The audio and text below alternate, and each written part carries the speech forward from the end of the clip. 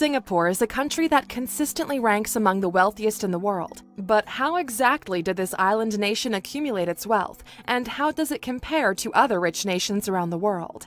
Well, we're going to answer these questions today along. Singapore's success is really a story of foreign investment. Over 70% of the country's total output is made up from foreign companies trading within the country, most notably in the banking, shipping, and oil industries. Singapore is a hugely attractive location for these industries for a few reasons. For starters, Singapore had turned around its reputation and is now seen as a very safe, very stable nation that investors have lots of confidence setting up operations in. A few years after their independence, it was not unimaginable to believe that a populist government of Singapore under the People's Action Party could have aggressively nationalised any investments made into the country, and so businesses were a bit tentative to throw money into the country at this time. Nowadays, of course, it is seen as a safe haven for investment in the region. Singapore was also very attractive to multinationals because of the taxation and banking privacy laws that they had passed. Asia was a rapidly growing region, and they needed their equivalent of Switzerland in the southeast, and they found it in Singapore. Beyond this, it was just a convenient location, right at the centre of major shipping routes connecting the new economic powerhouses of Asia with the West.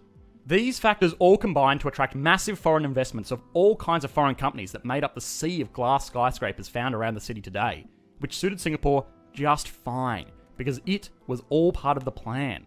Remember all the work the government of Singapore put into educating its citizens and developing productive infrastructure? Well, that's what it was for.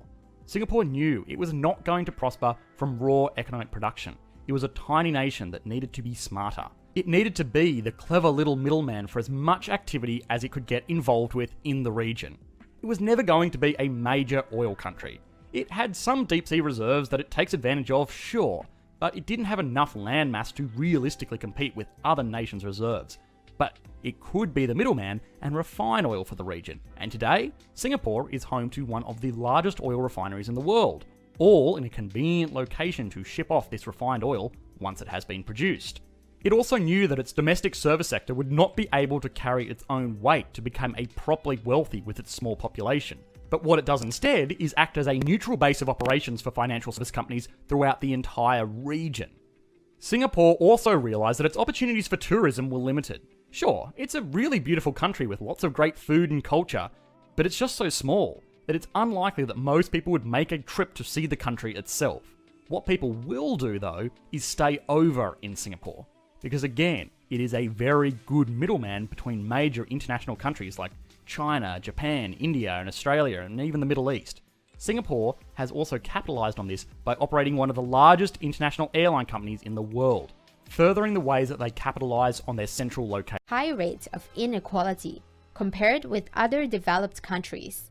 Let's look at the Gini coefficient, which is a scale used to calculate inequality, with 0 being the most equal and 1 being the least. Singapore's Gini coefficient, after accounting for taxes and transfers, was 0.356 in 2017.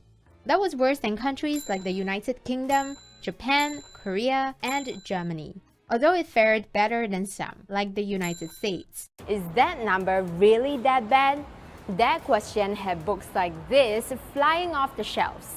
A think tank ignited public debate on the divide in social classes after it found that on average, Singaporeans who live in public housing have fewer than one friend who lives in private housing. The government has called the issue of inequality a national priority, but it remains to be seen if it is a problem that can be tackled effectively.